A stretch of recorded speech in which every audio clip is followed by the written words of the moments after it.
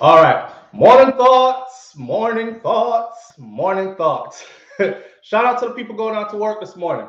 Shout out to the people coming in from work this morning. Extra special big up shout out to the people who work multiple jobs. I have the utmost respect for you. Shout out to my entrepreneurs, my stay at home moms and pops, my retirees. Shout out to the drivers, the Uber driver, Lyft driver, truck driver, taxi driver, food delivery drivers, round town and long distance truck drivers. Shout out to the brother Troy Stars Trucking Vlogs on YouTube. Please continue to go over to Troy's channel, support his channel, and continue to help that brother to grow. Please continue to go over to, let me see. I was going to say Hot Topics TV, but y'all already know Hot Topics TV is my other channel, but more or less, I want to talk about sending you over to Eat Good TV. Eat Good TV. If you've been messing with Eat Good TV lately and I've been seeing you over there, then you already know Eat Good TV is the place, right? She did some shrimps, curry, not curry, jerk shrimps, fried plantain, and that type of stuff, which is the latest stuff she's cooked. And I'm about to go try that one as well. So big up to Eat Good TV as well.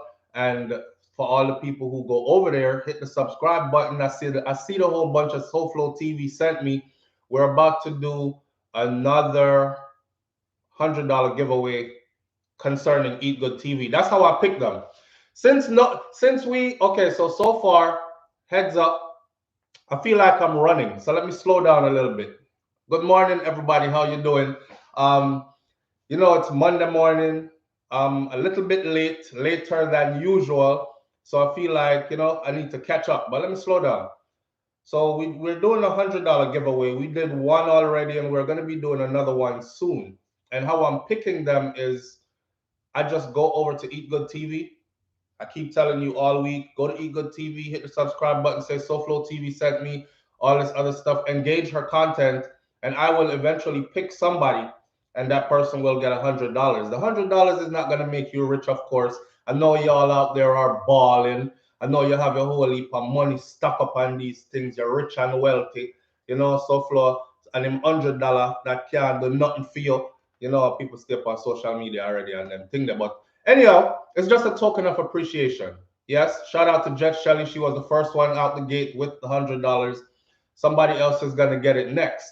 All right, Kai Tai Jai, big up yourself. Thank you for being here. Somebody else is gonna get it next. We really want to get to the $500 and the $1,000 giveaway. That's where I think it's gonna get serious at. But in order for us to get there, we have to build from small.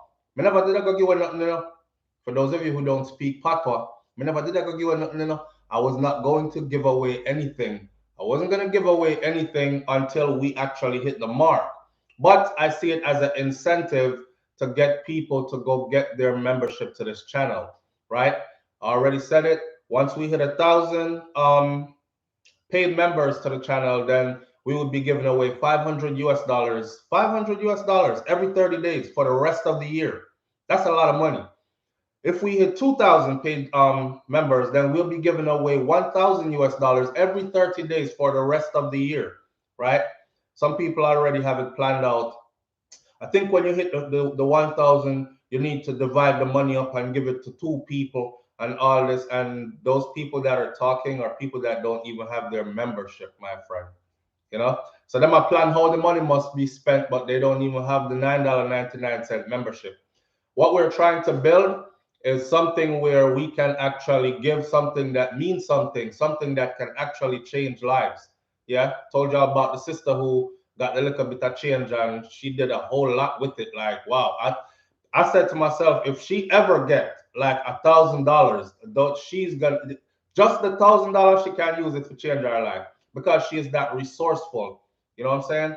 So let's get on that and big up to the people who have them green because that's what we're striving towards, right? Once we hit those numbers, we start to give away those numbers.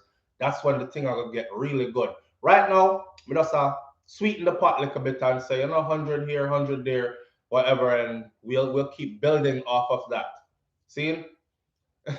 It's about time SouFLo gets a haircut. Yeah, man. Y'all know sometimes I just bush up and I'm a military dude, so obviously the cut is always, but sometimes I just feel like being a civilian, like bush up. I had to cut my hair and shave my face even when I didn't want to Yo, them used to make me all shave in the snow, you know, brother.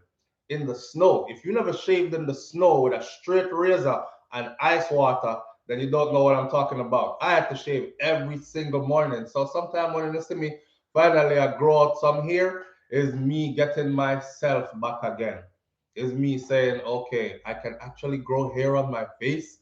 I can make me hair from my head grow out. You know, them kind of thing there. So just trying to feel normal. That's all. Some people say cut off the goatee, me not like it. Others say it fits you so flow, makes you look more like a man.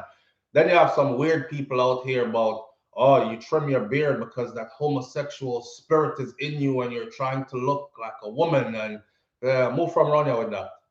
But anyways, y'all already know. For those of you who've been here long enough, I don't know, say I go through the changes. One day I'm a ball, the next day I may have hair, the next day I may, you know, that's how I go. My hair can still grow, thank God.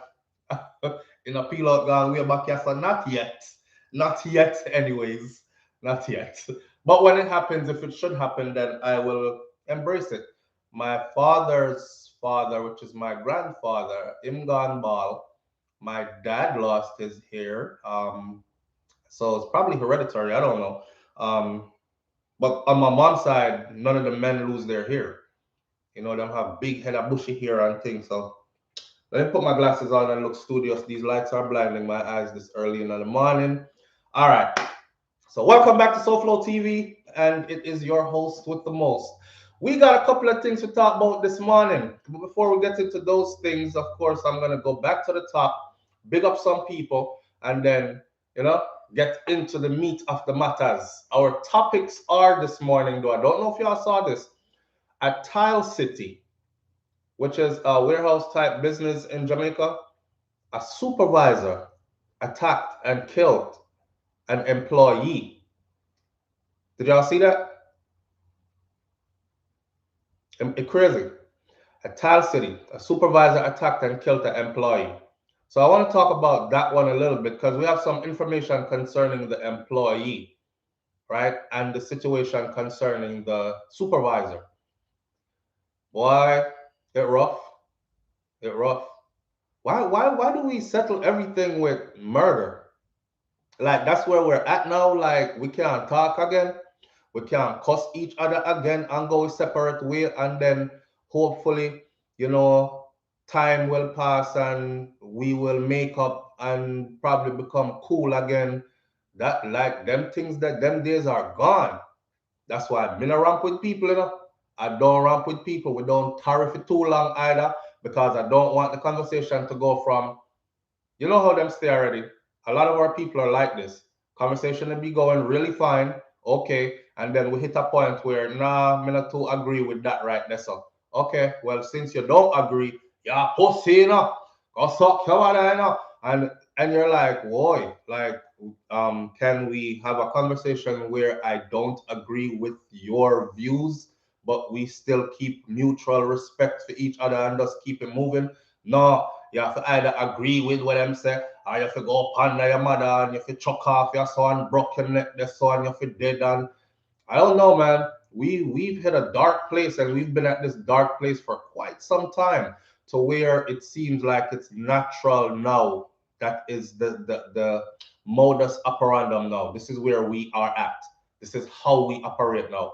I mean, I say all the way, but it seems like this is the thing to do among a lot of us, which is crazy as hell. It makes you kind of afraid to even hold conversations with people. I see it all the time on social media, anyways. Like when I try to leave comments and engage people, they like, oh, I saw Flo that, go for him. And they come, eat that boy. You feel it? Okay, all right, listen. No need to have a conversation with you. And if I saw you in real life, you probably wouldn't speak to me like that. And if you did, it wouldn't be, there wouldn't be a conversation anyway. So, you know, just leave some people out. You just want to stay away. I don't know. The way we're going to make you want to just go in a corner and just be by yourself kind of thing. Not true? John no star. So we're gonna talk about that a little bit. And then of course we're gonna get into the Shelian Allen story because now it gets even more twisted for Shelian. And we have details on that as well. Shelian Allen is the Jamaican veteran Jamaican police officer who was being investigated since 2019 by the FBI and other law enforcement sources out of the US for scamming. Scamming. Her name is the name that that case file is given to, that the scamming ring is given to. Her name. After they dig and dig and dig and dig because they said, yo, we have to find who's the leader of this. After a couple of years of digging, FBI style digging, they found out that it leads nowhere else but to her. She's the mastermind behind that, right? So when they went to go try to pick her up now at the airport, boom, lo and behold, not only was she re-entering the US coming from Jamaica scamming, but also was carrying a good amount of cocaine on her, right? In her vajayjay, in her tatas, swallow it in her belly, all kind of something like that. And now she is, her case took one more step forward. And I have the details here, taking it straight from the justice.gov site, which is the law enforcement site, the government site, from Fort Lauderdale Courts, Department of Justice. And we're going to take some information from that and talk a little bit about fair thing. Her grandfather, her grandmother must be rolling in her grave. Her grandfather, that's all I can say. Because the man said, not my Shelian, but yes, sir. Yes, Papa, you're Shelian. We're going to talk about that. Oh, and here's a little bit of comedy. I didn't know that they started to make Jamaican police officers' uniform.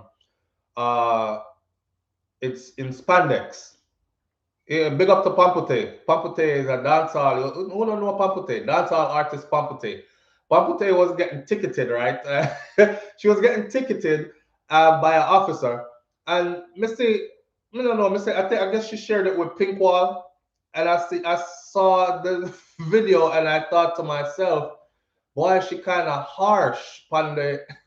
She kind of, Pamputae, she not really hold her tongue, she's not one of them kind of female that way you can like bully them and she's just gonna be quiet and, she didn't really hold her tongue. She was going off. So I said to myself, why is she going off on the lady like that? Is a fella woman? Because me see the uniform, I said, is a fella woman, right? And one time me hear, she said, they need to ticket your pants. My granny voice. I had to look again. It was a man. So I say I went since the man police them uniform get so tight. I mean I watch man, but that was kind of like, whoa, as tight as I've ever seen it. Now think about this. I saw a video recently where they were holding the boys at school, at the school gate, and the teacher was telling them, like, them bring out razor blade and cut some of them pants seam and tell them, let out the pants. Let out the pants. Them have a new dance. When new dance name, leg of the bird, leg of the bird. Some, if you can't do it good, them say leg of the jankro. Leg of the jankro, leg of the jankro, leg of the bird. All right, them cut out the pants after, leg of the pants, leg of the pants. Because the youth, them come up school with them pants well tight up and things. See? Well, if the youth them can't take in them pants at school, how do the police your pants and shirt stay so? Eh? So we're gonna go to the top. I'm gonna big up some people this morning, and we're gonna start out with the Pamputae video just to keep things light early, and then we'll go into the other topics. All right. So let me scroll to the top. Scroll to the top. Scroll to the top. I don't know. I'm feeling well rested this morning, even though I still have that same old stuff. The doctor said, what, 4 weeks or more usually is what it should take. Remember, I was worse. I lost my voice completely the other day. I talk like that. And now I have a voice. So, still going through little film business. I come up on them something there. And this is week 3. So I guess if we should go by doctor words, then probably have another week and a half to go with this thing here. But we give thanks because we're healthy the same way, right? All right. Great goodies in the building this morning. Great goodies. Thank you for being the first one here. Big up yourself. Asserin Odetta is in the building this morning. Seymour Bennett is here. Big up yourself. 352. Jet Shelley, good morning. Thank you for being here. Teresa Lewis, you're here. Vanessa, thank you for being here. Marjorie Nelson and Denzel Gale. I feel bad one time I see the white and I don't say thank you for being here and thing, because last week I tried that. And there's a brother that just come and him just threw out $60 donation, and then he came back like 15 minutes later and threw out another $40 donation. That was $100 in one show. And he was like, SouFlo, see, and I'm like, yo, you could just get your $9.99 membership. He's like, me not have no way to get it and whatever. So I feel bad saying to people, I'm gonna skip over your name because you don't have it. I want you to get the membership though, because we're working on something here, and trust me, it's gonna be a beautiful thing when we achieve it. You know what I'm saying? All right. So Seymour Bennett, big up yourself. Thank you for being here. Judge Shelley, big up yourself. Thank you for being here. I'm Monday morning. Everybody get a big up this morning.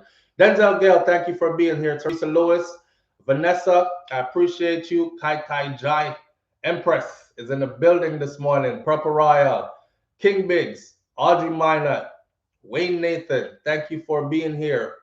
Romario D, Susie Wang. Susie Wang. Do we have a reggae song with Susie Wang? I'm gonna sing about him, Susie Wang, right?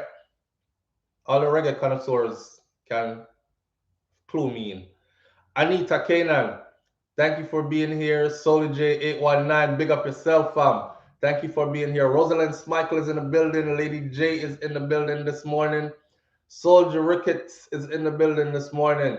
Marilyn Grant is here, says good morning, SouFlo and family. Miss Goldie Robinson, good morning. Good morning, and thank you for being here. Mr. Article Don there. DR is in the building. Guava 876 is in the building. Roxanne McIntosh is in the building this morning. Audrey Minot. Only Monday morning, I get big up, because the rest of the week, I get big up. I already checked. 14 people already took back their membership, but it's okay because I think 25 did get their membership, new membership. So it's all right. Vanessa, Eat Good TV. Vanessa says, Eat Good TV. Big up yourself, Vanessa. I appreciate you greatly. Darlene Walter Riley, big up yourself. I appreciate you greatly. Thank you for being here. Mistress Michael Bantan. It's Michelle Bantan or Michael Bantan? I think I'm Mistress Michelle Bantan. May I go with Michelle? All right. Senior Sexy is in the building this morning. Lisa Marie Chin King. Thank you for being here. Appreciate you being here. Clean D there. Good morning. I'm on the bus, but I'm listening. All right. On your way to go get it. Be safe. Dorothy T is in the building this morning. Darling Walter Riley, Kurt Gordon is in the building this morning. Nitty Bitty Crafters is in the building this morning, of course. Kai Tai Jai said, man, clean on a Monday, ready for school, Present teacher. Remember that? Present teacher. Donna Davis is in the building this morning. Lulu Ridges is here. Prillis123 is here. Christine Simpson is here. Shelly P. There. Christine Simpson there. Mervyn Kerr is here. June O'Brien is in the building this morning. Nikki Webb, SouFlo, you have an officer look this morning. I told my daughter that and my son. I said, every time I cut my hair, right, somebody out the road said me a police. Every single time when we get a haircut, somebody said me a police. I go to Texas, man, come up to me and talk about, hey, officer, so-and-so, I remember you. One man approached me and said, I remember you. You the one that arrested me. I said, arrested you? I don't arrest people. He said, yeah, it's you. It's you. But it's all good. So, what? And then another one approached me and said, yo, how you doing, man? I remember we used to work together at DOC over on so-and-so, Department of Corrections. I'm like, nah, that's not me. Never worked at Department of Corrections. To tell you about one time when a brethren of mine now send me go get some ganja. I'm go around at the Rasta, and the Rasta say, yeah, man. I look for me, so. I say, who used to send you again? I say, Mikey. I say, yeah, I know Mikey. But you're police. Just like that, right here in Florida. He said, but you're police. I said, that's what I was a while back. Because everything I do nowadays is legal, We learn to do things by the books and by the books only. So there we go. All right. So big up on yourself. Thank you for being here. Purple Royal, Arlene, Virtuous Fire is in the building. Thank you for being here. Arlene 876 is in the building this morning. Thank you for being here as well. Our angel of mine is here. OMG, that was a man. Oh, you see the video? You see the video, Carter Joy? The video of the man. I don't know when them start doing the uniform like that still, but I don't think he should be. I don't think him should have. Squaddy should have out a road like this. I mean, I couldn't flex out a road like this. Him can't run down nobody. If him try run down or apprehend anyone, that whole suit the boss will left him like kite. His whole of his outside is going to be outside. Let me go find Pamputae real quick, yeah. Y'all doing some weird stuff. I should just share some Instagram stuff. I save a lot of stuff just to do videos on. And Mr. like two girl will go Mexico and they're coming back from Mexico and they have their booties overdone. Just y'all seen that? It looks ridiculous. Yes, Steve James, military bearings for sure. Sometimes we gotta get back to it, you know, and remind ourselves. When I cut my hair like this, it actually kind of reminds me like, okay, get on task.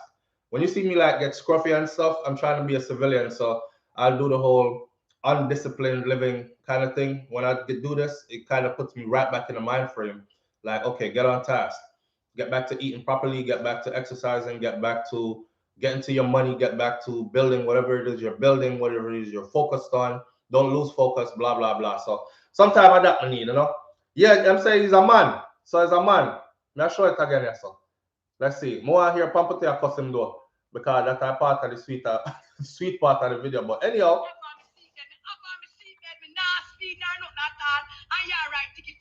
Why you write ticket for? You need to write a ticket for your pants. We're tight. Let me figure out new pants. Jaja. Run it again then. Up on my seatbelt, me nah speed, nah nothing at all. And you write ticket for? Why you write ticket for? You need to write a ticket for your pants. We're tight. Let me figure out new pants. What your man pants?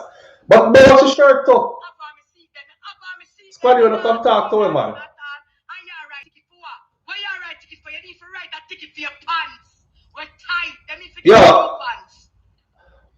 The man pants are tight, all him underpants print out. Yo, God!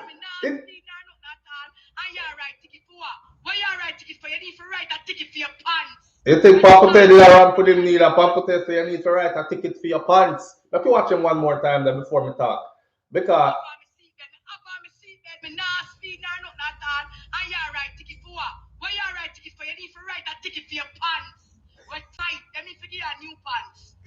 John, no.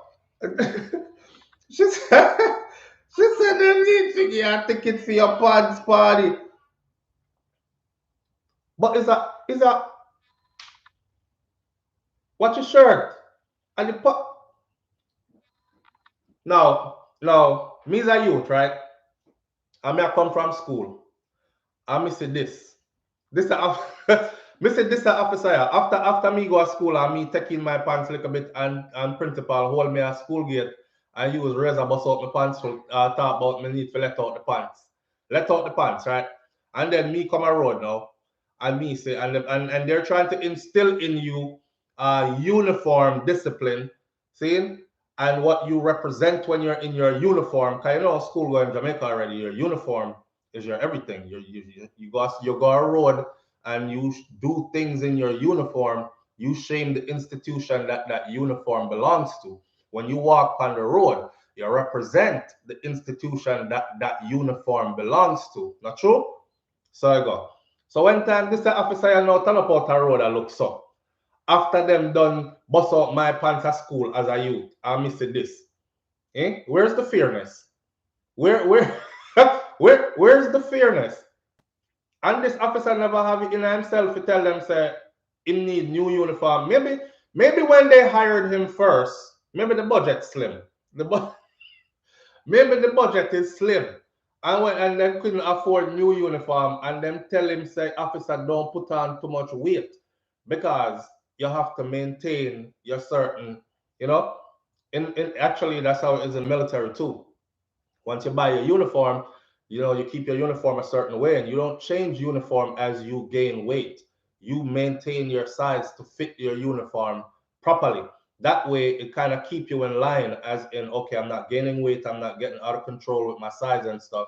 So him, I don't know, maybe them hire him slim, but him put on too much weight and the budget did tight, and the budget, the budget did tight, and they couldn't afford to put to give him. Maybe he's waiting on his new uniform to come in. I don't know, but I hope them see this. I know them all see it in the car. I know them all see it. Enough of them follow me still, but hey, Squaddy, listen, if you don't see this, clown him for me. But if you don't see this, please clown him for me. But please, the rest of you, if I this is how I know I go put on a uniform, make it look like this, don't do it. Don't do it. Okay? This don't look right. This don't look right, yes, sir. And we can't, I tell the school youth them about them can't wear tight pants come to school, but police out the road in a spandex uniform. It don't look good. Alright, that's a man's shirt. The man's shirt tight, him pants tight. Look, you know I wear those kind of underwears. I wear those kind of boxes, the jockey boxes, them, right? Well, long go down here, so you can't even see the man underwear print out in him pants, virgin. Like, what kind of what kind of uniform is this? Eh? And then the Jamaican woman, you see Jamaican women, y'all are something else. On a special, you know, it's a special breed. Me not lie. When it was a special breed, hold on there. Somebody said, whoa, somebody said a luxury dolly this. Or next one said, whoa, curves in a waist. One next one said, him shape good though. Look on good body. You're good, you got the curves in a waist. Officer, you're hot. The curves in a waist. One next one said, him shape better than me. And the color turn out. Make me whisper. Make me whisper, because due to how him shape better than me, it's the hips for me. Like they when take everything make joke though. It's the hips for me. Him hip them bigger than mine, officer. Ooh. At first I thought it was a female. No, sir, him sexy. I saw Slim as 109 say, then I saw him alone, the thing say him a woman. Him a woman. Boy. Rochella says, me say, the police tights them a grip me. Ooh, ever bless ya how this a police a curvy so LOL. Kingston Cutest says designer body squaddy. Designer body squad, yo, my glasses are fog up. Designer body squaddy. Yo, me I stick to the one there. Designer body squaddy. Yo, squaddy. Brother, yo. No, me feel there's something wrong with that squad here. Something else are going. Because no, none of the regular breeze can't pass through that. None of the regular man them is not going to put that on. Unless at the new dress code in Jamaica, I don't know. Because I see people are wearing tight pants now that are extra tight. You know what I'm saying? So I don't know. Is it the new thing? Nobody, them not no superior will check your uniform before you go out. I know it's organized and broken down into squad leader, team leader, that kind of stuff. So your team leader never check your uniform before you and said something to you like, maybe you're putting on too much weight. Maybe you need to PT a little bit harder. You know, watch your diet. Get a new set of uniform. Even even under the tight budget. Somebody said transgender maybe. Transgender squaddy. Somebody said designer body squaddy. Phoenix Saki said the squaddy got more hips than me. TPC. I don't know what TPC mean already. A week. Oh boy. Panza says squeeze my balls and leg on my ankle. Yo, Jamaican people are hold on, the behavior ear Luna. Shardy and Lou says the pants them must have to squeeze my balls and leg on my ankle. Why? Designer body squaddy pants says squeeze my balls and leg on my ankle to blouse and skirt. No man. Yeah, yo, when me say when me say listen, I say, yo, me have to save this because me have to go talk about this. Because some reason somebody think that this was okay. I'm hoping take this off today. And if you were getting dressed this morning and you tune in and you see this turn back and go your yard, all right, or stop at the tailor or dressmaker, something. Just do something. Do something other than come back a road like this again. Once you gonna get Pamputae ticket, I know I know Pamputae well loud already and everything. Pamputae said me have a seatbelt, me not, me not speeding, me not do nothing. You need to write a ticket for your pants. Squad is showing off his curves. Beach Babe says, I swear this was a woman. Lord, him shape goodie. LOL. TikTok in 5, 4, 3, 2, 1. Let's go. Why am shape better than me, though, God? See, most of the people in here thought this was a female. And most of the women them in here I said the same thing. Him shape like a lady, God no. See that? A seatbelt and speed alone take it right for. Kiss me teeth, you know, always going like you know, bigger than the law. Alright, sir. So I want somebody alone over here, cause Pamputae. Y'all sure this ain't a female? Next comment. Then all the shirt tight like my monthly budget TPC. Yo, Kenya Dixon says on the shirt tight like our monthly budget to blouse and skirt. Me no want, me no want in this no more. All the shirt tight like my monthly budget. Yo, and you know some people monthly budget tight, you know, man. But one time you don't pay bills and everything, you don't have a dollar left. Yeah. Ooh. I did man tell the shirt tight like my monthly budget. Look, you know, if I ball out today, see that chick Cassie. Cassie said, look, you know, if I ball, me said the Jamaican woman never have a field day around here, you know, man. There's hundreds and hundreds. Go over Pinkwall on Instagram and read the comment them, please. I laugh till your belly hurt you. Big up Pinkwall. Is it? This thing you have over 400 or something, 2,000 or something of them comment. Yo, I'll be a comedian over there. Tight like me monthly, but what you man? Your superiors need to see this, sir. Me have to play with Pamputae voice again, because the voice alone they kill me, but watch out. Take in the uniform. They watch her cock off one leg and turn up. So, do you know in the military we were not allowed to stand like this? We were not allowed to stand like this. You couldn't turn up and bend one leg and cock out the next leg. So that right there was a violation, just standing like that. Right there. See there? Lovely case of feminine vibes. Yeah, we're not out here talk about nobody lifestyle and life, but me have to big him up one more time. I couldn't see him. See there? So somebody somebody tell Squatty to fix up himself, please. Say don't look good, Squatty. It don't look good. Man, come out and I'm tightest tights. She said tight like our monthly budget. Leave it to you see. If I one thing Jamaican people can do is clown you, hear that? And this is one thing you're going to learn to develop is a thick skin or you have to go fight all the time. Thick skin, you have to go develop a thick skin. We laugh about everything, my friend. And no harm intended. No, well, maybe. Let me see. I'm trying to open this other computer now to go into the news story. All right. Computer open. When you're in, were you in the Marines or the Army? I was in the Army. Army all the way. You know what's funny? Funny story, real quick. A lot of my subscribers have actually sent their sons, daughters my way because I used to tell people to do that before you go in.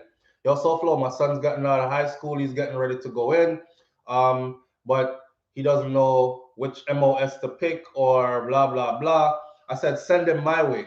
And I've guided quite a few people into the military. Anybody I guided into the military, they not coming out. I guided people in years ago and asked them today if they want to come out. Nope. And most of them are Jamaicans. Nope, they're not coming out. Them I do them full 20 and all these things, right? You have to know what you're doing when you're going in. It could be a hell of an experience. It could be a hellish experience, or it could be a hell of a ride, right? For me, it was both. I didn't have that guidance going in, but I kind of drew from, you know, people before me, my father, my uncle, my grandfather, and all that. So, but I could guide you in and put you in a position to where you'll be like, I'm not leaving this. Yeah, not everybody goes to war. Not everybody fire a gun. Not everybody is kicking in doors. Not everybody is blindfolding people and taking hostages. Not everybody is out in the middle of Iraq or Afghanistan directing traffic while IEDs are going off. Not everybody is closing with and engaging and destroying the enemy and all that. All the jobs they have out here, they have them in there as well. You could really get into a good job in, say, logistics, supply and logistics, finance, something like that, and find yourself in a position where you're having a hell of a ride in there. And then when you get out, you're in a position to go work for or even start your own company and end up in a high paying position like right away, right? So I know it's not what people, when you don't know, so people outside looking in always speculate, but they speculate wrong. I had a hell of a ride, man, and I have no regrets. So it was Army all the way for me. Big up to my Army people. Big up to the Marines too. Big up to all the different branches. But you already know how it go already. When we're lucky with whatever our thing is. So Army is for me. All right. MOSQ 41 when Iman was supposed to go. I actually started out with the Marines. I started out in the Marines program, and I used to go running with them, train with them, getting ready to go in, right? And the recruiter for the Marines, he wanted to swindle me because what I actually wanted to do was journalism. And last minute, I found out that this man had me going infantry. And I said, I've been working with you for like 6 months. This man come on my job, come take me off on my job, man. I've been working with you for like 6 months, and last minute you have me going to go infantry. And no, I'm not going. I said I need this in writing. So I was talking to somebody, and they said whatever they say to you, get it in writing. So that person that saved me, because I was like getting ready to go swear, like the morning of getting ready to go swear in. I was like, I'm not going. And hear him now. I use scare tactics. Well, you've already verbally committed, and we can take legal action behind that. I said, you can do whatever you want to do. You can do whatever you want to do, but I'm not going. If you cannot guarantee me journalism in writing, I'm not going anywhere with you, right? In March off, I left on everything. When I went and signed up for the Army, the Marines, because I was already processed into the Marines had to do paperwork to unprocess me and release me to the Army. So that's how I ended up going but I actually was going to go into the Marines if I was going to get exactly what I wanted. Walk up in a infantry, walk up in a infantryman from the Army now. And this man, come, let me show you some cool videos and whatnot. And he showed me airborne stuff, and he showed me infantry stuff, and he showed me the Bradleys pulling up, people running out the back of the Bradley, which I know now to be 4-man teams, 2 4-man teams split this way, team leader in the middle, all this hand signaling stuff. I'm like, yo, this looks like something we want to do, right? That's all. Hear him. You don't have the balls. You don't have the balls to wear this blue cord right here. You don't have the balls to earn this blue cord right here. Every guy you see in this video, guy, has this blue cord right here. This is what we do. I said, when you're young and nobody can dare you if you do nothing, them catch me. Yeah, you don't have the balls. I was like, what? Sign me up. Give me that right there. That right there. I forgot who was with me, was like, no, please don't give it to him. And the recruiter was like, well, he's old enough, so we have to give it to him. That's what he's asking for. Albeit the man albeit me in a virgin. But his uniform was cool though, because he was tabbed out. The man have Ranger Special Forces, this, that, blue cord, the boots with 101 stitches in it, big shiny boots and thing, uniform, crispy. I say, yo, this is me right here. So, why? That first job in my life, me ever take and sit down and cry. And then find out say you volunteered to go to that job and can't leave the job. I'm ball. I mean, I mirror a ball. I talk to myself every morning. Oh, yeah, I do.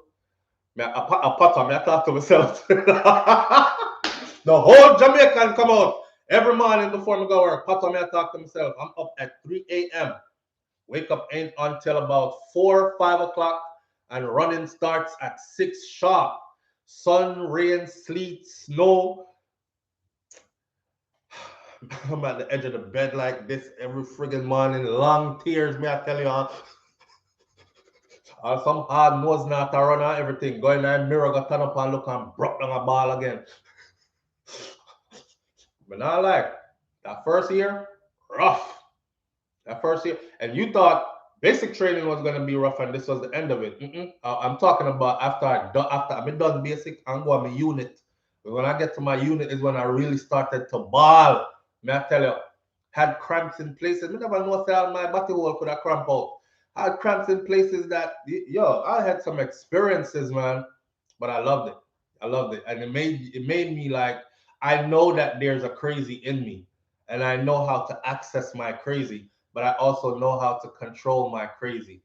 You know what I'm saying? It puts you in some places and some situations where them experiences, you can't fabricate them, you can't recreate them, nobody could take them away from you. You survived it, and it's a part of you now. And it's molded you into who you are and has prepared you for what is to come, kind of thing. You know what I'm saying?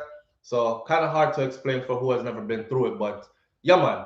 We can't talk about military all day, but we're not gonna do that this morning. I get carried away with the military stuff, and there are some people who actually do enjoy it. They're like, yes, SouFLo talk about the military life a lot. We like hear when you talk about it.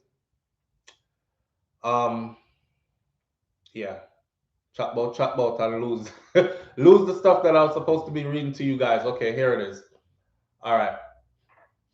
A brethren of mine just did 25 years, come out as a sarge. Yeah, man, if he did 25, he's good. This is one thing. Okay, so before I even go into the story, just 2 minutes, let me say something to you. If you have a young person that, and you don't even have to really be young because they accept you up until a certain age. Just don't be too old because you will break.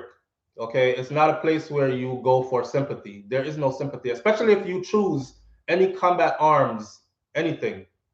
If you're not rough, tough, and tumble and ready to get down, dirty, and ball and still go through the pain, then don't do anything when named infantry or combat arms. Stay away from. All right. Before you're 30, ideally, yes. Soji. Before you're 30, ideally. But it's a good place to go. It's a good place to get ahead. I'm glad I did because I now have benefits that have lasted and will last for the rest of my life. And I have benefits that I could even pass on to my children. You understand? And it's put me in a position where I think without it, I'm not going to say I wouldn't have made it anywhere without it because I'm sure I would have. I'm a survivor naturally.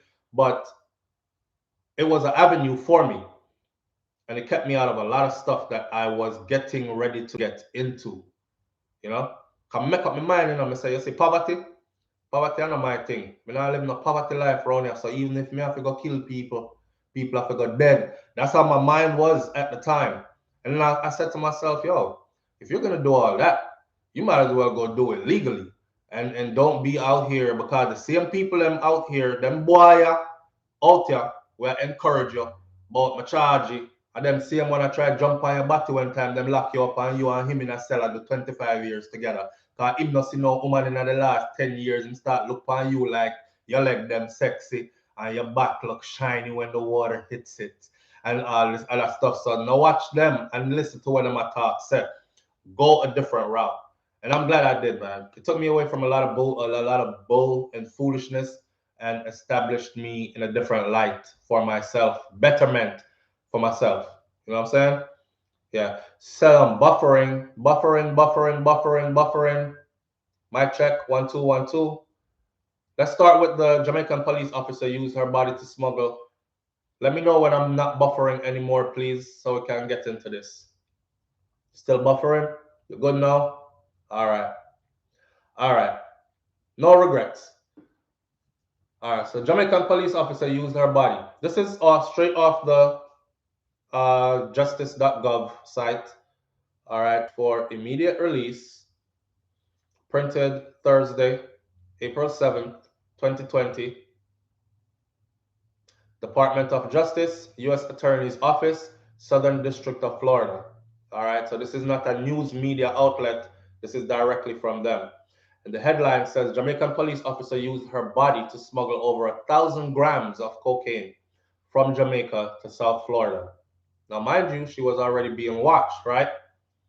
You know, all right, I'll say what I got to say about her situation till me read this through. Miami, Florida.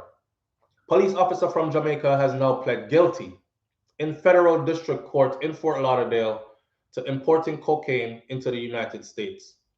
Please remember, she's not only here caught for cocaine. The whole scamming ring, something that, and the amount of money and all that is also charges she's going to have to answer to. So as part of her guilty plea, 42-year-old Shelian Cherine Allen, a Jamaican citizen, admitted to the following things.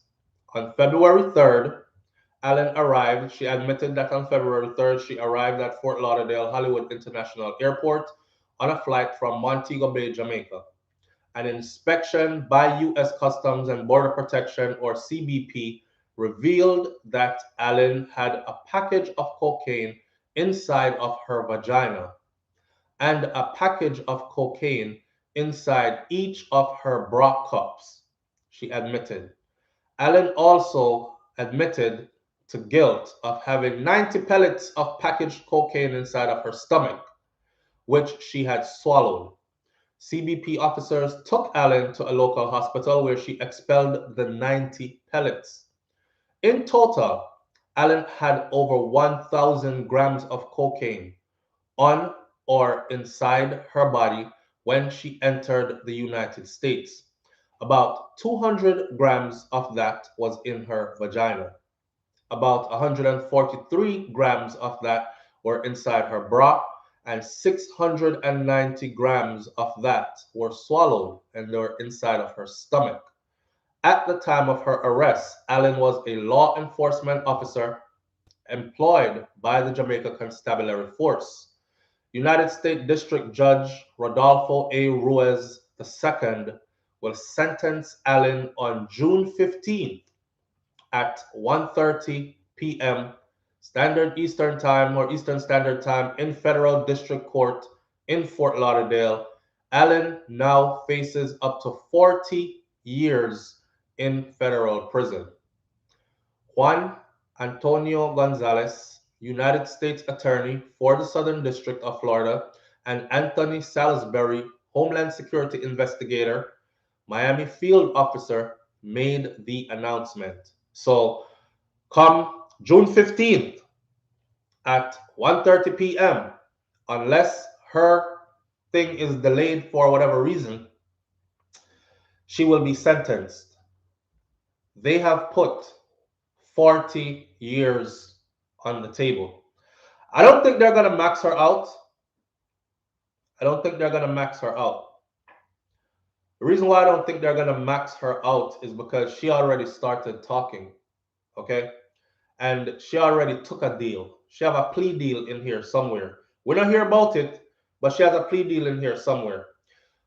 I followed this story for you before. So if you go back to the video now that we did before, which has like 100 and something thousand views on it already, because people are so interested. if you follow that video, you will hear where I said in there, she already told them that she's not the only one that was doing it, and she was doing it for another law enforcement officer out of Jamaica.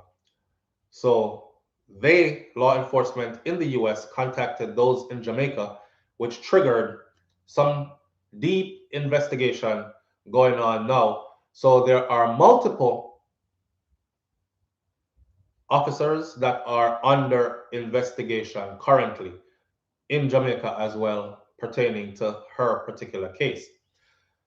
If she don't want the 40 years, she have to go call names. And I'm sure she don't want the 40 years. So I'm sure she's going to call names, right? Would you take the 40 years? I mean, you come this far already. But now I'm joking, I say it already. Let me say it again. I would have been telling on myself from the airport. You have to be a certain kind of person, built a certain kind of way to do this. Your psychological makeup must be different, because these things bust inside of people and kill them. So strap it to your body outside, put in your brassiere, that's a one thing. When you start whoosh it up in a hole, and look how much she put in her vajayjay. And then 90 pellets you swallow. 1, 2, 3. And 90 we are count going up. 4, 5. No, sir. I couldn't do it. I think I'm the type of person that after I did 2, I would have started to panic and realize this ain't for me. And then been trying to figure out how am I gonna get the 2 out. Because I can't go through with this kind of thing. But she's gonna tell. She's already talking. How much she tells though will determine how much she gets. You know, it's like that's how the system is, and it's the more you snitch and give, is the more they give back to you, kind of thing. You see, some people do murder. You know, some people commit murders and 5, 6, 7, 10 murder, and the amount of stuff that they give to law enforcement, you wonder how the hell he out in 2 years and hiding in witness protection program, and because he brought down the whole Genovese family mob, something don't tell everybody from birth to funeral. He done told on everybody everything, who live where, who did what, done gave them all the books with the ledgers, whose name connections, everything. You know, it's all on how much she's willing to tell. She was traveling with her son. She was traveling with her son. No word on her son being charged. Some people say her son knew what time it was, but she didn't let him take any, have any drugs with him, because she don't want him, you know, if he gets caught, if they got caught, which they did, if they get caught together, which they did, then she can easily say, my son don't know. Please don't let him know because he doesn't know, you know, and have her son escape. So to her credit, she never strap up our picnic and make him go through the hell that she's going through now. And let me tell you something. Prison is rough, right? Whether it's male prison or female prison, but the female prison, the female them prison kind of, she was a police officer. I'm sure she can handle some rough and toughness herself. I'm sure she's not just a pushover, soft soap kind of something. But at the same time, a foreigner in a U.S. prison, it gets really rough for you, because even last night I was watching extensive footage on prison life, both male and female, and how they click up in there, and how, you know, the male prison is extremely different. So I'm glad she never put our son through that. Would have to go in there to find somebody to hug up, or somebody to be close to, or some gang to join, or some organization to belong to in order to be protected. And these kind of things, like, it's a whole different life in there. You know what I mean? I wish her all the best. I feel bad. Her grandfather said his biggest fear is that he's going to pass away. You know, he spoke about how he was proud of her because she's such a go-getter. And You remember when she first made it into the force and she started to make her pay good money and thing. The first thing she did was she purchased a house, and then she moved her grandparents from where they were living up to this nice community in this nice house, and she took care of them and all that. You know, she was the go-to person in the family. Everybody looked up to her because, you know, she is that person, the authority figure, the standout person, the achiever. You know, and she fly out regular and all these things. And him say they never asked. They never asked. They just assumed that she was doing really good in the force. And you know, yeah, but you know, all time people stay still. Sometime, you know, it's not that, oh, them know so shit in illegal things, but them are going like them don't know. No, sometimes they don't know, especially older people.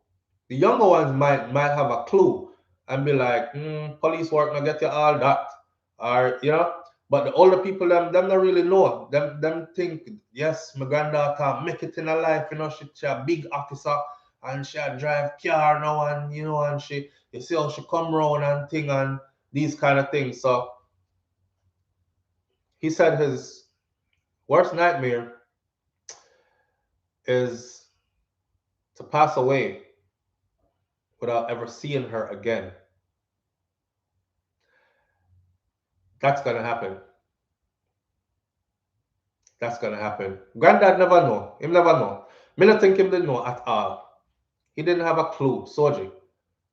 He didn't have a clue. He just thought she was doing good. Cause the man all nearly dropped down one time. He was like, "What? No, not my Shelian. Not the Shelian. No, not my Shelian." And that's all the man I said. Can't be. I must have thought about somebody else. You know. So she's definitely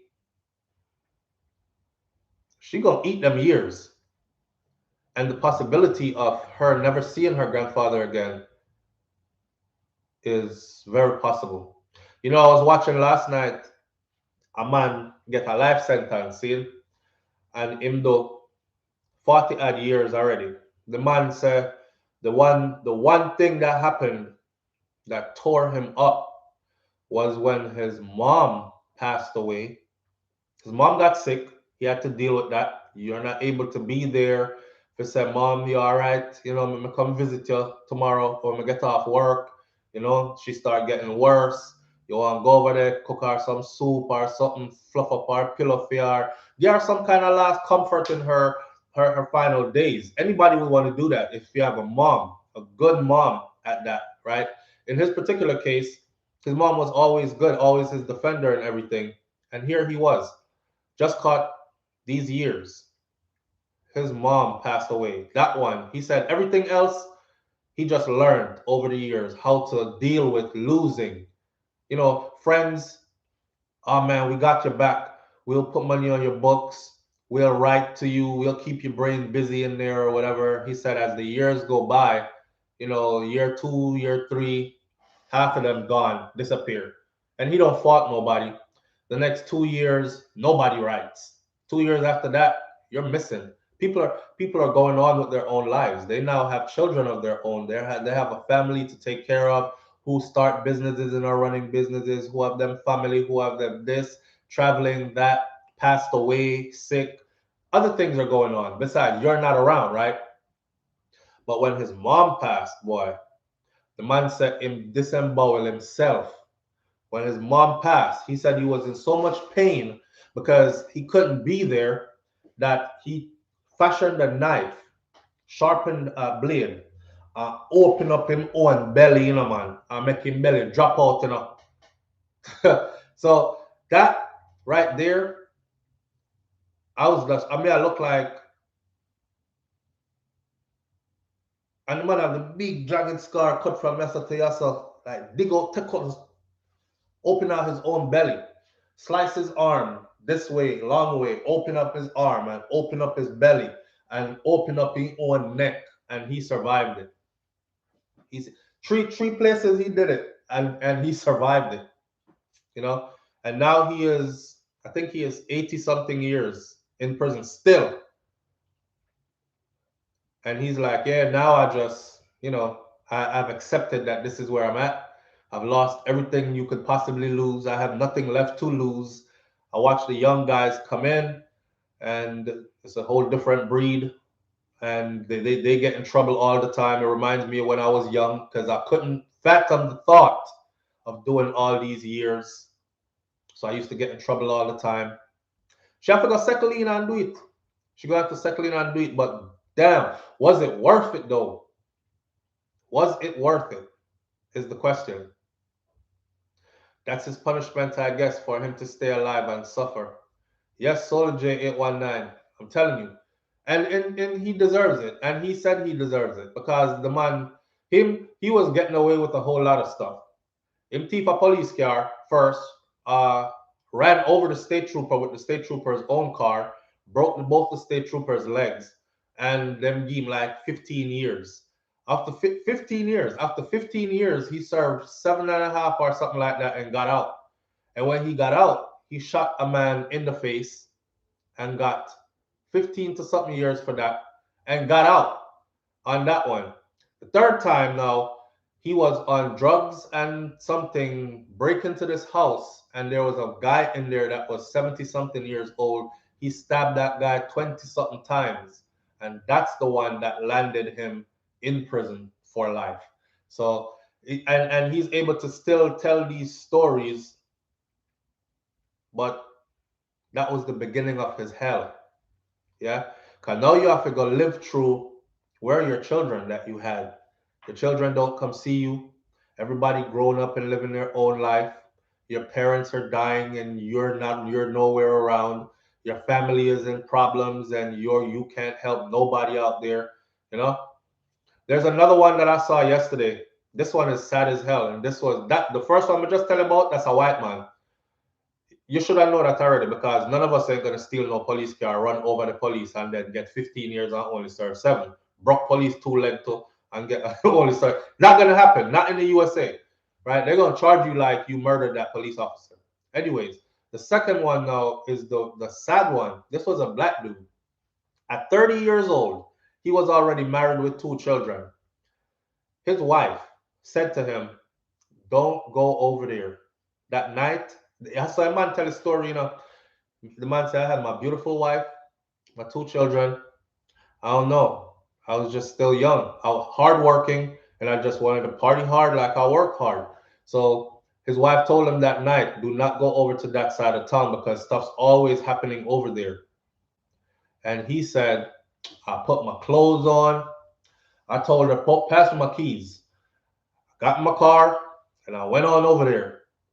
And I ain't been back since." Caught a life sentence from that night. His wife ain't never came to see him. So immediately your marriage is done, right? That was at 30 years old. Today he is 70 years old and he's still in the prison. He got a life sentence without the possibility of parole. Here's the sad part. When he was 30, he left that night and left 2 little girls at home with their mom, right? One of them was 8 years old. This is his daughter, 8 years old. That 8-year-old girl grew up without dad, right? That 8-year-old girl is a woman out in the world. She has her own children now. Her son, now 30 years old, on a prison bus on the way to the same prison where his grandfather is at. The family has pictures of this grandfather, tell him stories about his grandfather. They have never taken him to the prison to meet his grandfather. The son, the grandson, his daughter's son, 30 years old. That dude looked in the camera and he said, "Man, I had never gotten in trouble before, ever. And the first time I get in trouble, I get sentenced to life without the possibility of parole." I said, "Holy crap." Life without the possibility of parole and heading to the same prison where his grandfather is at. Me say, yo, and then the grandfather in there talking about he'll be all right. He got strong blood. No, that blood that curse. Them genes that curse. You watched it? Safi Reed says I watched it. That and it bugged me all night. Like I couldn't sleep. Like I did my issues. You know, sometimes you just watch TV and you think, okay, I'm gonna watch something and then go sleep. And I couldn't sleep. Me lay down and I try to sleep and me I dream about the something. I'm like, yo, that's messed up. That's messed up. You went to prison at 30 years old. Your wife told you, don't go. You left. But soon come back, man. Never made it back home. Caught a life sentence.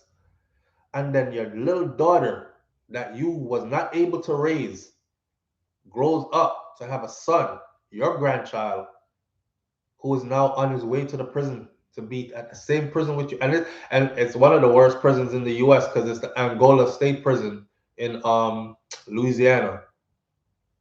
Right? It's like, damn. Life without the possibility of parole. I'm gonna ask the youth how him feel about him sentence. The man I shake him head I talk about he's in a daze. Morning, you're live on the air with SouFLo. Morning, family. Morning, family. What going? Yeah, man. Low voltage MJ there. But may I share something with you, my brother? Go on now. Glad you talk about the thing, you see, from the scamming side, one of the things most of them not realize, at the level of investment for the US make against scamming. Right. When them go forward, I'm gonna realize that when it started, it said United States against Joe Scammer. You see, if you realize that people because scamming resource don't have money I got done. And the thing is the investment that happen on the software side to track the interaction. You see me? It make on the large side where the anti-gang legislation are going. The procedure crime legislation are going, even in Jamaica. The evidence measures act are happening in Jamaica. And who scam need to understand that. It take more than $17,000 US to send a jet to Jamaica for a man. You see? Fact. So they need to recognize that the money with them a scam, they can't outspend the US government. Facts. All right. We're going to go a little bit further. The other thing, them think I'm going to make money just for themselves. What them going to do? I de-invest them community. Because if for the next 3 generations, then the community that are going to get denied educational opportunities. And little money will come from other places who could have bootstrap opportunities for the community and the people them who are flash and have the money with them. Those are going to be removed. You with me? And make them know, say, I'm glad you talk about it because America, as the money go, as they go to federal prison, immediately the money will go up and then commercial have to come off to pay for their restitution. And they have to make sure say they have to pay for their rent in a prison, even though it's subsidized. They now get no curry chicken and no oxtail and no rice and peas. That part there. You know, like in Jamaica, when you get your visit, you still get, and people don't think about them something that, you know, I said that to people already. I said, when you get locked up here, you see, it's like, say I'm lock you up today, and them give you 10, and them give you 10 years. It will be 10 years before you taste one of your favorite meal, them piece of oxtail, piece of mummy, fried chicken or something. And like in Jamaica where them can send your food, come give you or bring your food on a visit. They don't do that here. They don't do that. The other thing I need to know, a low voltage right middle. I'm going to tell you. In the prison, the cameras are looking at you all the time. You see me? Only thing that will happen is that you tile it a blank out, so the camera look for you. So you don't have no privacy. Them don't recognize that. Them things that they need to get exposed to so that them know say scamming, it look good now and it feel good now. But them are disinherent in community and generation. Them literally curse them generation to come. I want you to look back, go back go search Google, you know, and see from when video evidence started at Jamaica. The laws had to be changed. I mean, I talk about different time after here. The laws had to be changed to make sure that these things are in place. You see me? Right. And you can't, as a little individual thing say, not care how much money you scam, you can't take on the United States. My brother, you know what other people need for that on the program. Manners. All right, bless. Bless. Yeah. One thing about the long arms of the law, you know, and I know a lot of people have their say about it, like, yeah, the US is not everybody business or whatever, but the thing set how it's set, okay, and we can't change it, and we need to remember that for real, you know. I hate when time people get caught with like drugs and stuff, and then you say, boy, why you gonna do that? And then hear them now, well, you come down so hard for the man for like America, are the biggest drug dealer in the world, but you know what you have to do with that? You can't change that. If that are the case, that them are the biggest drug dealer in the world, what does that give you? Where does that give you right to feel like, okay, so you can try a thing, and because they are that, you're gonna get away with anything too? They feel no level, my friend. The feel is not level, and certain things you need to just stay out of, right? People always happy, man, until them bubble get burst, and then a beer crying go on. This is beer crying go on. Cause right now, I'm sure there ain't no joyful moment in her family. Her children are not happy because their mother gone for how long, and right now it's an unsurety because they don't know. She not happy because look at all the time she looking at. And just like the brother that just point out, and let me say it again, all your favorite things. And I like Jamaica, that's why Jamaica them can boast it, so because them still can get them brown stew. Baba, me can have some brown stew, come give me, I cook some brown stew and come give me with some rice and peas, no? And then sitting there. Not here. Not here. You're not seeing that. Half of the time you don't even get no visitors because them move you gone way up one place up so when nobody can afford to come visit you. Right? And then when time you do go get a visit, it'll be a visit behind some thick glass or a visit behind like you do it through cameras. I remember going to go visit a family member one time who was locked up, and the man in a building is like I went into a big old complex of buildings, and you don't know which building him in a, and it says like he's in building 19 and you're in building 7, and we are talk through a camera, right? It's like so impersonal. You will never get to touch again your loved one. Just a touch. Them things that will drive people crazy. So the risk, it must be well worth it. It must be well worth it. I know sex with woman for years. that's a given. But it look like some of them don't mind. Because why else would they be? You know, I always say that too. I always say, listen, I think some of them don't mind being locked up with a bag of man because why else would you put yourself in certain things? Nobody has ever gotten away with this. The track record alone speaks for me. That tell me the risk too much, and too much people get catch already. That alone is a deterrent for me. Then for me to go lock up now with a bag of man, and every morning I gotta wake up next to you, and my thing I stiff up because the sun arise at 6 in the morning, and you over there with your would arise at 6 in the morning. I throw away alone in there. No, I'll fight just to fight, just so I could be in a cell by myself. You know, them can't put nobody in a cell with me. If me go in there, I go eat all the food me can't eat. Me I go and grab a licious and crazy. Then probably have to go medicate me. I'm gonna do a whole lot of exercise. I'm trying to get big. Every roommate they give me, I'm trying to thump his face off as soon as he come in there. Don't leave nobody in here with me. Because you have to in there sleep like this. Because you don't know if your roommate's gonna wake up in the middle of the night and start feel you up. Or wake up in the middle of the night and start stab you up. And you locked in 2 man in some little space like this. Him poop, you get vexed. Him want do you get vexed. You want do him get vexed because the scent not going nowhere but right in here. Like, me not no star. I don't know if people really think about the consequences before they do things. There's no sexual urges after a while. They put something in the food to stop those urges. Crystal G, that's a lie. That's a lie. They got something in there that's called gunning. I told you about that already. They got something in there called gunning. Man in there, like when the female officer be walking down the tier, sometimes she gets slapped with something slimy and she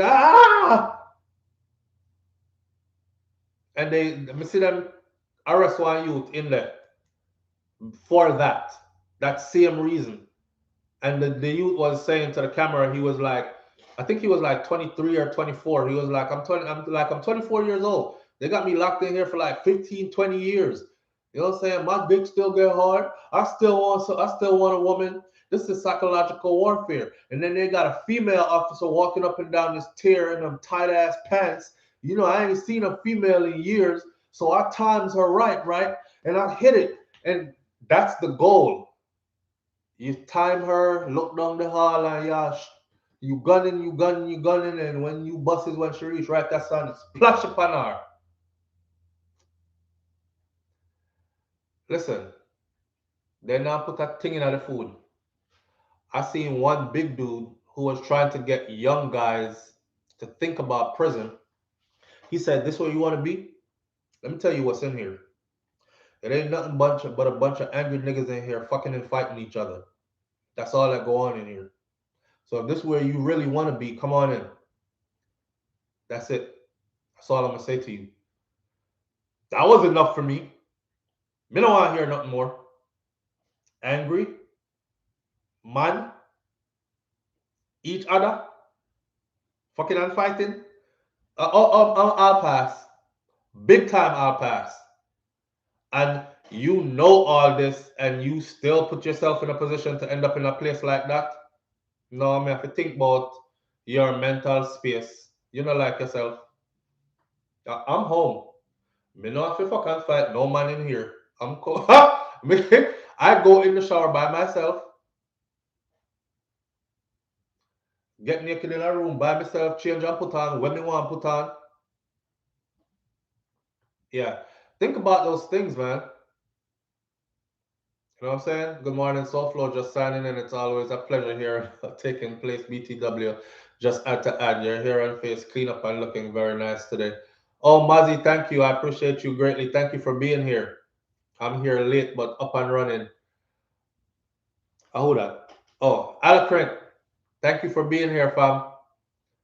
Whole time prisoner tell me saying wash film face one eye at a time. Yeah, most of them will tell you, you sleep like this.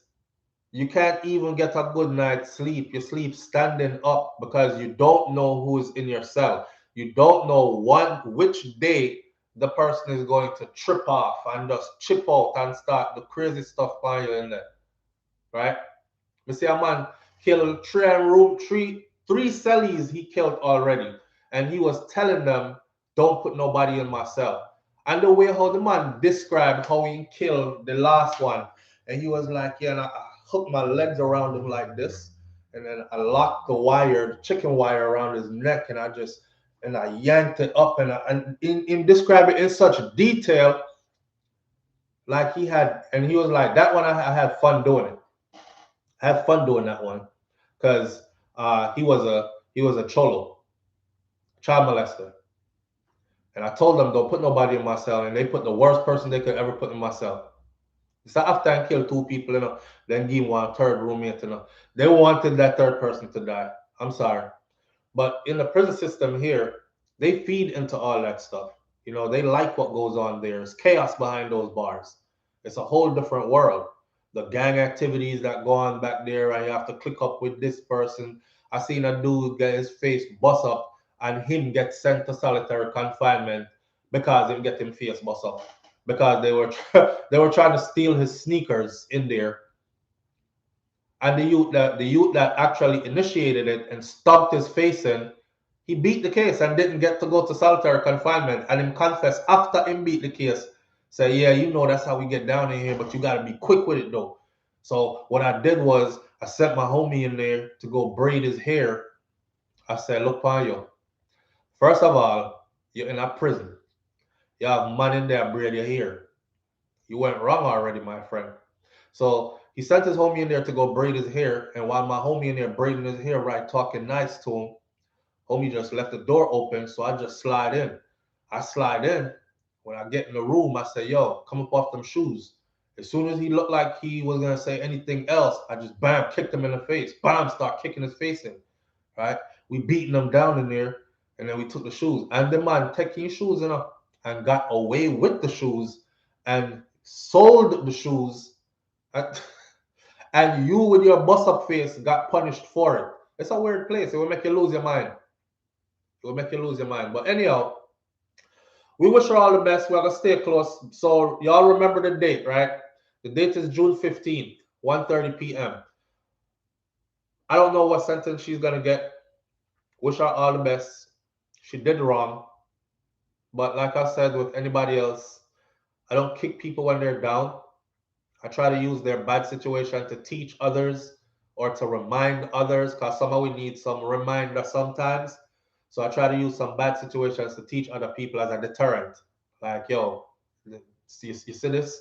You know what? This is in your life. You know? June 15th is her fate, her date of fate. We look forward to that date, and we'll be following that story closely. Now, with that said, there's another story out there, and this one we're going to end this morning with. Supervisor that was charged at Tile City with the employee's murder. I'm thinking to myself, you go to work, right? And your supervisor end up killing you. I see a disturbing trend, though, in the comment section, because the people them who are supervisors or have been, they've been leaving their comments. I see comments like this, common comment that says stuff like, if you've never been a supervisor in Jamaica in one of these places, then you have no idea. Jamaicans are the hardest people to supervise, especially the men. They will thief the company materials, products. When you catch them and you try to instill or lay the law down, they will tell you how you try hold them down, fight them out, and how you are go hard for the big man things when I know your things and all these things. You know? January 15th, my daddy birthday, and in my JP, I saw Bob Cosmic. Bob Cosmic, big up yourself. Who does his hair? All right, so I see the supervisors, them I say Jamaican people are hard to supervise, and they want to fight up on the job and all these things. However, Kingston, Jamaica, the warehouse supervisor accused of stabbing an employee of Tile City and Home Center on Constant Spring Road has been charged with the murder. He is 40-year-old Fernando Lee of Grosvenor Terrace, Kingston address. Lee is charged with murder of 33-year-old Galen Gray, who was a sales representative and a delivery man of Central Way, Silverstone, Greater Portmore in St. Catherine, Jano. It is alleged that Gray and Lee got into an altercation at work about 9 a.m., during which Lee, the supervisor, used a knife to stab Gray, the worker. The police were summoned, and Gray was taken to the hospital where he was pronounced dead. A couple of things that I gathered from people who worked with him. I seen one person said 17 years, Galen, 17 years. Remember me and you working at Tile City, and me used to say, Galen, come with me. We could go find something better because no future nothing at this. And me remember you always tell me, say, me a come man. but me have to put something together first on all these things. 17 years. So obviously this person worked here for quite a long time. Couldn't have been that troubled of an employee to have worked at the same job for 17 years. That's a stellar record. Enough people don't hold a job for too long. The man, 17 years. So he worked at Tile City for over 17 years. How? If I'm at 30. So I start working when I'm at, because didn't this just say, let me see, 33. So if I work since myself, blouse and skirt, it's very possible. Very possible. That might have been his first job from very young. Wow. 17 years. Somebody else says he has a 6-year-old twin boys. How do you explain to 6-year-old twin boys that their dad's not coming home? He's dead. Got killed at work. Another person said the manager actually attacked him from behind while he was on the phone. And I haven't seen any bad reports about Galam. Everybody described him as a pleasant person with good customer service skills. He was a customer service representative and a delivery person.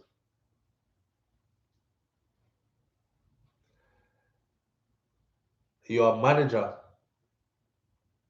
You know, let me tell you something. Not for nothing, but sometimes, you know, them used to say, if you ever want to see a police, or if you ever want to see a security guard come super top flight security, give it to one of us and make we have to supervise our own. You know, I'm not saying I wasn't there, I don't know what kind of altercation they had, but how did it come to you stabbing the man and killing him on the job? And you're a supervisor.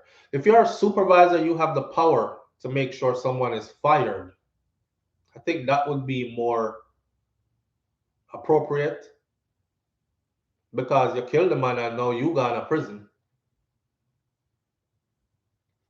Or is this going to be a case of self-defense? He's been charged. You know, we have a thing in Jamaica where if your family can put money together, or if you have some money and you can get a good lawyer, Peter Champagne, or them, then more than likely you can be out, beat the case there, you know, on a self-defense. Plus, you know how they look at it already, manager versus, it's like some insubordination stuff going with your superiors and you're unruly on the job. And them just have to paint a bad picture of Galen that he was hard to work with and him and this manager have. I want to go on with them really though. What go on with them really? And another person says sometimes these managers, they're not trained because of how they become managers. All these problems come along with them because them not go through the channel. You know, they didn't work their way up in the company to become a manager. They didn't go through all training, proper training, conflict resolution training, and all that stuff. Somebody knows somebody and put somebody in that position. That's all, and then stuff like this happen. You know, stop the man at work, kill him. Tile City, crazy. Like Rain Hale, I'm saying that 17 years at a company doesn't mean that you're a stellar employee. I've seen where some act as if they are above the company's rules. Yeah, Damani, but still, 17 years though, you could, even if you're not a stellar employee for 17 years, you must not have been that bad of an employee because ain't nobody keeping you around in their company for 17 years. And then, mind you, there are hundreds of comments under that article of people who work with these people, of some people who were there the day of the incident, and you have to take those people words into consideration, right? I didn't see anybody who said, you know, our people talk already. So somebody would have said, yeah, man, a long time him didn't have that coming to him because him always come in here, come bully down people. He don't know how to talk to people. I thought they would have fired him a long time ago. I'm not surprised it come out to this. Nobody is saying anything like that. You know? You don't really have to guess. You can read between the lines. Everybody is speaking highly of this person. Everybody spoke highly of him. I have not seen not one bad comment.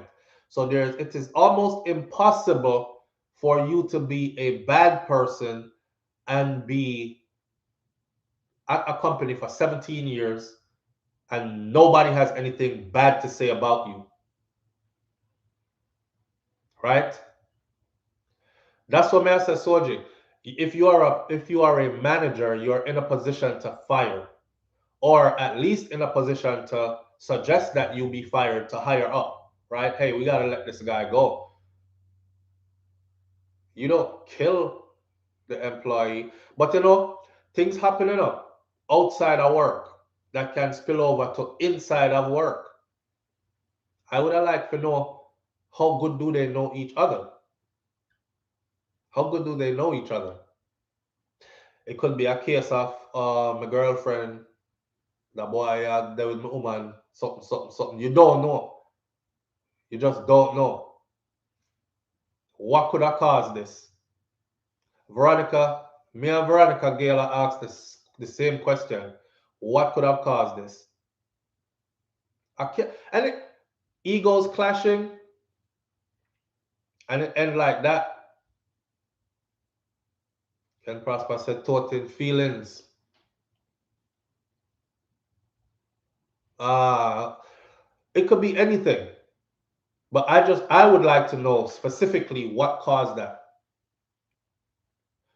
But, okay, obviously as a company, a big company that's been established and been there for quite some time, right? So to have this happen inside of the company during work hours between a manager and an employee, that says a lot.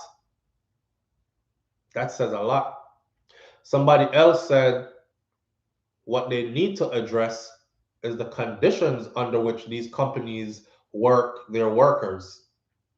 Because some of them manager here act like them a slave driver and act like they own the company and the company is theirs, and them cracking the whip on the employees. You know, I never worked there, so I don't know. But the person who said, damn, Galen, I can't believe this. Me and you work here. And I remember I tell you to come with me. I could go find something else because this ain't it. That one comment stuck with me. For that person to say them, I could go find something better, and I tell him to come with them. I could go find something better because this ain't it. And he kept saying, if he will. Him just have to put something together first, right? So obviously this ain't somebody who is willing to be without work then. He wants to be employed, right? I know some people take the job and then they're like, yo, me can't work so. This is not my thing. Slave labor going over here, so I quit. And then when you see them, so you work, no, me no work nowhere. You don't have no job, no. We used to work over Tile City, but I quit. That wasn't him. He wasn't going to let go of that until he found something better. You know? The workplace is a battlefield. Boy, Mona Lisa, sometimes it isn't a man. Sometimes it is. 17 years though. Who would leave a job after being there for so long already? He has kids and probably thinking about a pension. Him have responsibilities. Yes, Soji. Exactly. And it happens to a lot of people. Happens to a lot of people. Me have a brethren where, actually, me have a couple of brethren who work at Walmart. And I have brethren that work at Walmart there, and they'll tell you that when them did start, it was just a means to an end, you know? And now they're like 17, 18, 19 years in, and they're still there. Now, of course, the pay scale has changed over the years, and they pay pretty good now, and their health benefits are good. But these guys got in young, and your life. You meet woman, you have picnic, you have children that need health insurance, and so you can't be like, I don't want a job, I'm gonna look something else, and you leave it and then end up with nothing, that kind of stuff. So things build over the years, and and before you know it, you're settled in and you're moving up inside of the company that you've been working at for all these years or whatever. So people get in that position all the time. But the man dead on the job. The part that stuck me is that he died on the job, killed by a supervisor. That part right there, killed by I'm like, what kind of supervisor this? What kind of supervisor is this? That supervisor that needed training. That supervisor, and maybe now that company can think about this and add some conflict resolution training to their management staff. They might want to have it for all their employees, but at least for their management staff. Because you might see this happen again. Damani Lim says, I took a job at 18 and I said I was going to do it for a year, then go to school before I knew it. 4 years passed. LOL. See? Yeah. Shelly P says, there's so much crazy in people. You have to be careful what you say and how you interact with people just to live to see another day. You don't know what that person is going through in his life. Listen, I tell people this all the time. I say, you wake up today, give thanks, right? And know that somebody today woke up and is not in a good place. Sometimes you have people that woke up today and their mind is already made up whether they know it or not. I well want to kill somebody today. Or them even want to kill themselves. I want to take you with them.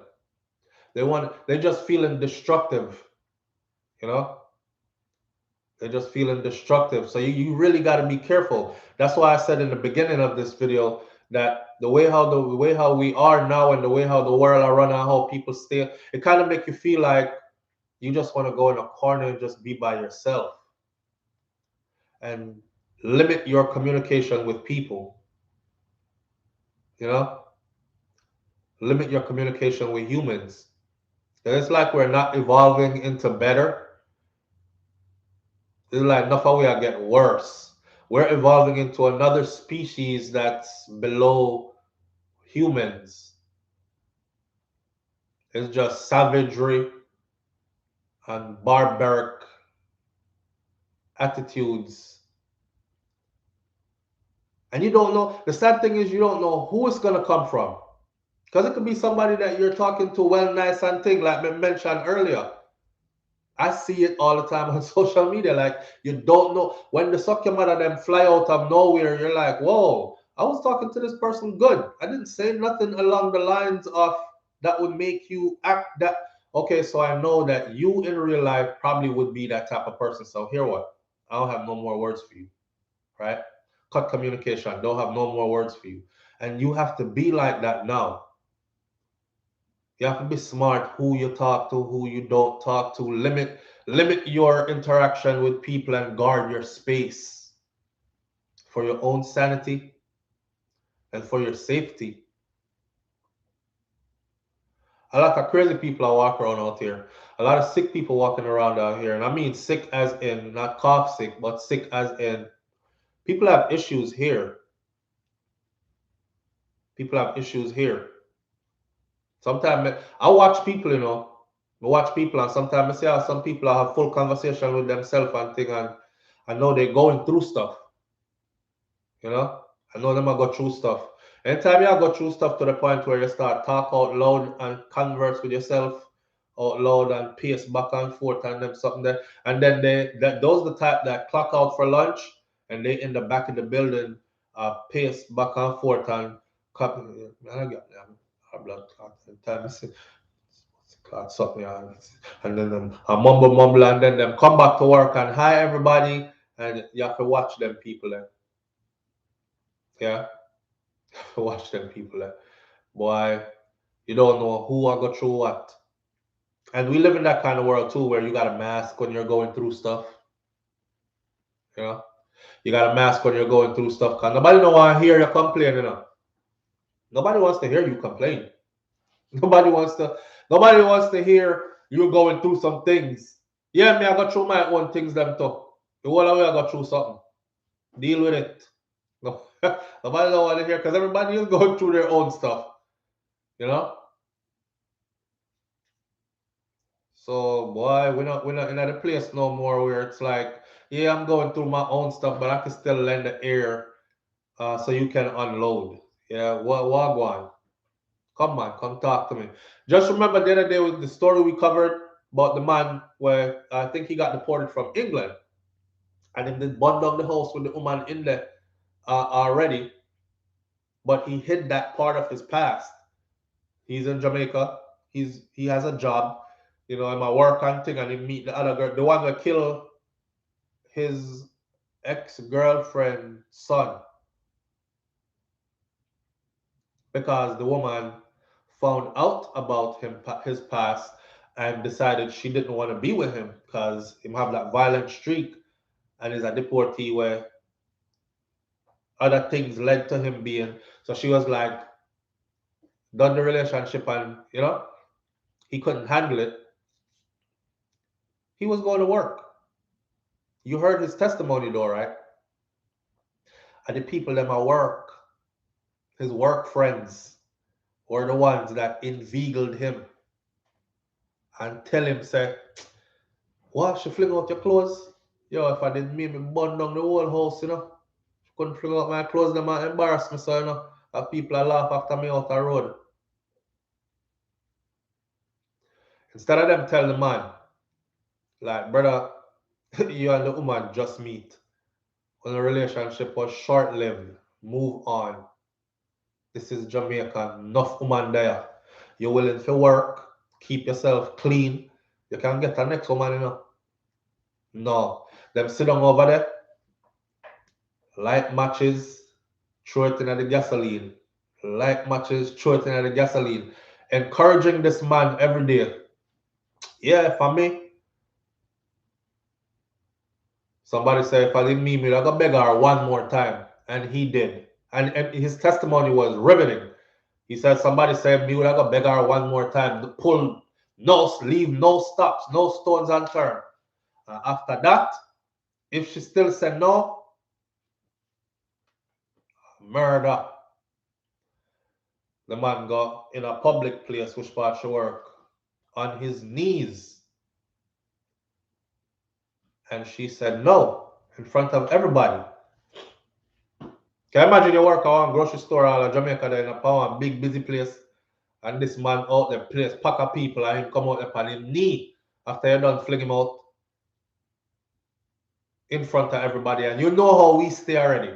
A beer laughing or go on. It's beer clown thing or go on.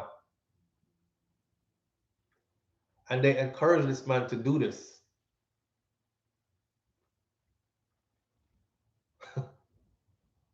We're too emotional. Yeah. We're too emotional and we're too emotionally insensitive as well. It's a double. We are too emotional and we are too emotionally insensitive. It's a double. It's a double. And it's a bad combination. So when them encourage him to go do that now, and he did, and they told him about if I did me, he did exactly what they said. Find something what she like, and mash it up. The man said, I couldn't find nothing what she like, material wise, but me know that she love her son. And in the time that they were dating, She had already introduced her son to her new man, and they formed a relationship. So the son trusted him when he showed up and lured away the little boy with the little boy father down the street. You know, they never see that. The little boy father said, I put him son, because his son said never feel too good, so I tell him lay down in the him drop asleep. So him come out him gate and go down a couple houses down, I play a domino or something. I chill and talk to the man them. And him come, walk past the father, go out there, lure the little boy out and tell him about come back, we go get some ice cream. And what him do? Carry the little boy down by the waterfront, pick him up and throw him over the night. Killed the little boy because he couldn't find anything material that she was attached to. People out here going through some things in their mind and will do weird stuff. You gotta be careful out here, man. I want to know the fullness of this story though with Galam at Tile City. Why it ended up into a stabbing? Because it's not normal for a supervisor to kill a worker on the job. I could see if people were like, yeah, well, boy, Galam pull out one knife, you know, and they're gonna stab up the supervisor still, and the supervisor have to defend himself, or that's not the story we're hearing. Somebody who said they were there said he was on the phone with his back turned and he got attacked from behind and stabbed from behind.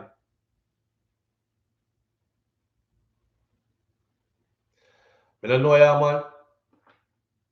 Now, about his two little sons, his twins, is Tile City gonna help take care of them youth there? Because financially, you know, there's a lot not being disclosed in that situation. Yes, Soji. Soji. Yeah, true. Boy, it's sad. It's sad. Wish them all the best still. My condolences to him and his family, or well, not to him, but to his family. It's gonna be rough on his children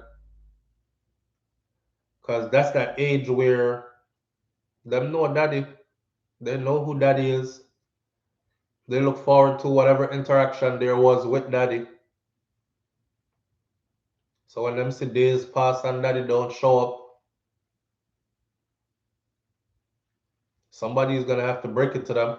Maybe not break it to them that your father was killed, because we talked about this earlier, right? Where I said you gotta protect children, and watch how you measure. You have to measure information when you give it out to children, because some adults them just tell the picnic them anything.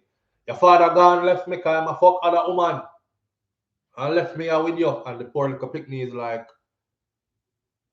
how do they process this?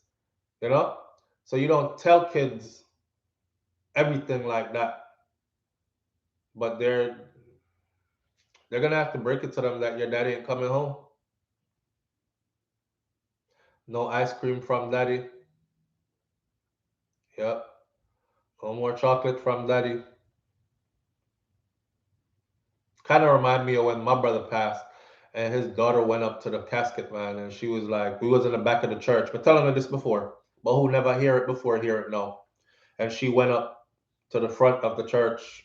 His casket was open, and she was like, Daddy, wake up. Daddy, I want to play. Wake up. That broke my heart, boy, because it wasn't no waking up. And then she came back to the back of the church. She was like, Mommy, Daddy being bad. He don't want to wake up. I want to play, and he don't want to wake up. Damn. Damn. I wonder when people do them things that they do, whether it's crime or stuff like this, do they ever think of like the freaking consequence? Like some of us are thinkers, right? And maybe it's to our detriment because we think till we think ourselves out of things, you know? But some people just don't think, them just do stuff and then consequences later. And now everybody a ball. Whoa, like, I think, man, like, do they think?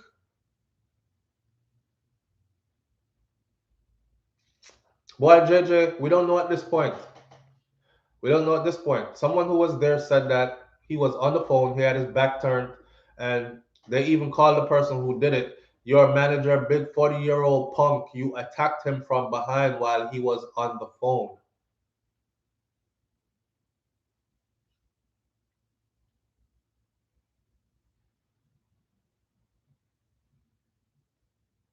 Boy, crazy. SouFLo, these are the cases you report on that your listeners would help support if you organize it. Boy, Princess Warrior. So we organize it for like the children. But I've done. I've done. I do these. I do these. Trust me, I have a good gauge on the audience.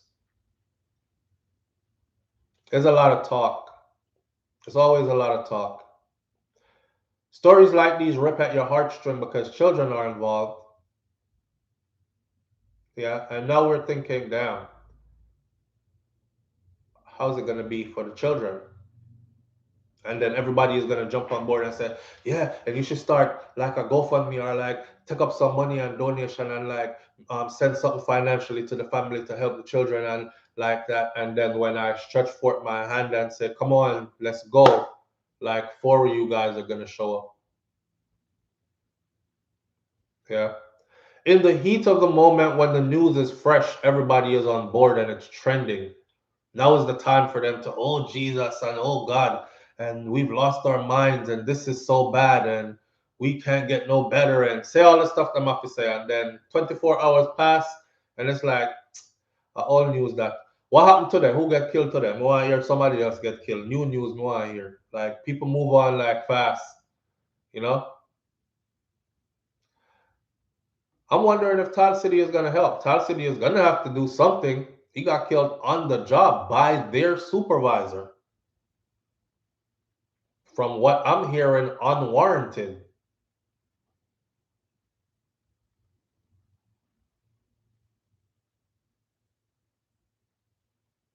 That's how it is. That's how it is.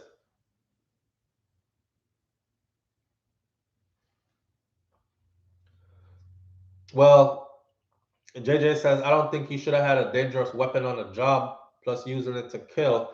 It appears as premeditated to me, but I think in that environment, it's you have a knife on you, you know? In other place that you normally have knife or something sharp on you because you gotta cut packages open, you gotta cut wrapping stuff and big card and this and that and the other. So it's a part of the job. It's a part of the job. You can have those things. I don't think that so much is the problem. We so dangerous now that we have to go work with a plastic spoon and plastic knife. Yeah, we have to do better. Those of us who know better will do better. And we have to learn to start control ourselves more. Because you think you want to do it, don't mean you should do it. Yeah? Enough time, I want to do it enough. And I'm sure you felt the same way too. You ever been in something with somebody where you feel like say, yeah, today I think I'm gonna end up in prison today. Because I know me how to do it. And you de-escalate and either by taking away yourself or de-escalate the situation whichever way you can and get away from it. Some people eat. I tell you before, I'm gonna tell you again. It's 9 o'clock. It's after 9 o'clock, so we're gonna end the video right here. So, but there lessons for the day. Lesson for the day be this: you see your ego, you have to kill that thing, or it will kill you. Somebody told me this long time ago. Kill the ego. I said, I need my ego. I was young. I need my ego. I want to be egotistical. I thought it was something good. I thought it was something good. You have to kill your ego. Michelle Howell, we appreciate you. We're about to end right now. Anyways, thank you. Big up yourself. Manners and respect. Kill your ego, or your ego will kill you. It's the ego that make people do that type of stuff. You know, somebody says something to you, big pussy boy, you can't do me nothing. And bark like this, you can't do me nothing. And that ego jumps in. That ego is like, you're gonna make him talk to you like that. Yo, show that boy about, yo, show that idiot boy. I say, yo, mash off him face. Do it right now and do it faster so I don't even expect it. Mash him up. That's your ego. Because that ego is not that ego is not telling you about, yeah, but when you done mash off him face, them will give you about 20 years of prison, you know. And then you go in there, go lock up with man. Be a man in there. You go shower with man. You go sleep with man. Be a man that go surround you. You have to go fight for your body. You can't see your parents. You can't see your family. You can't. Nope. It just says answer back right away. Please me now. Kill the damn ego. Kill the ego before the ego kills you. Yeah? We evolving over here, man. The goal is to be a better person. It takes work, right? But we can do it. All right. Manners and respect to each and every one of you tuning in. Thank you for being here. We can reason as a family. Enough love. All right. I feel bad for these two little boys. We'll talk more about that still and see what we can do to contribute. We might not be able to just solve the whole thing and take care of the two, picking them for life, but any little thing is going to be something helpful. So we'll see where we go with that. Let more of this story come out and let this unfold some more, and we follow it, and then we'll see where we fit in and what we can do, those of us who are willing to help to do something. All right. With that said, give thanks. You wake up today healthy. Give thanks. Is enough to give thanks for. All right, bless up. And I'll see y'all tomorrow morning right here on Morning Thoughts. I'm out. Peace.